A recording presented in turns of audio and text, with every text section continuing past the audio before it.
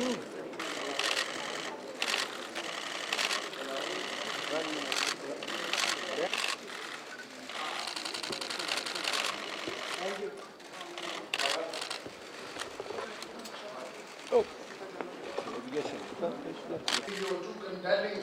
brothers and fear Allah Almighty God.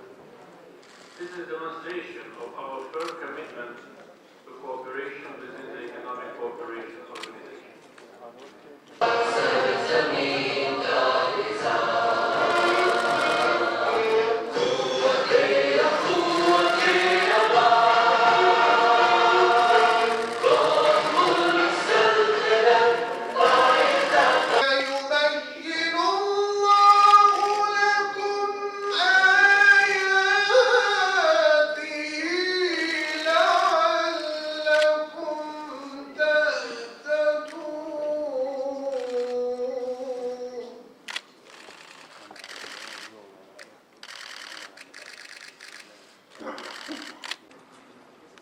Sayın Başkan, saygıdeğer devlet, hükümet ve heyet başkanları, değerli bakanlar, Sayın Genel Sekreter, hanımefendiler, beyefendiler, sizleri en kalbi muhabbetlerimle, hürmetle selamlıyorum. Özellikle üzerinde durmak istediğim konu şudur.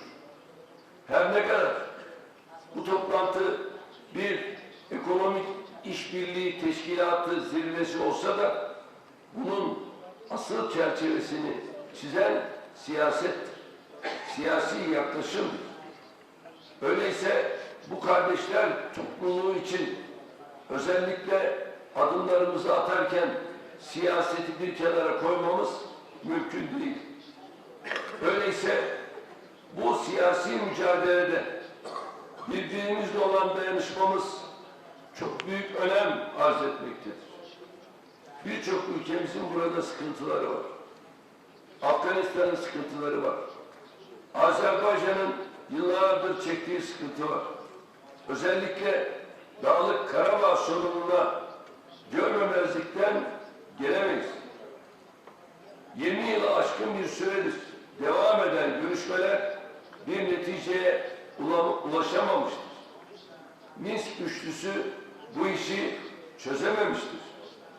Öyleyse biz kendi göbeğimizi beraber birlikte kesmek zorundayız. Burada gerek EKO, gerekse İslam İşbirliği Teşkilatı olarak dayanışma içerisinde bu adımları kararlılıkla atmak durumundayız. Ermenistan'ın işgalci tavrını hep birlikte her tür uluslararası toplantıda dillendirmek durumundayız. Gerek EKO, gerekse İslam İşbirliği Teşkilatı olarak bunun sürekli takipçisi olmak durumundayız. Ve ben inanıyorum ki eğer bunu birlikte sürdürürsek netice almamız da daha kolay olacaktır. Aynı şey Afganistan için de geçerli.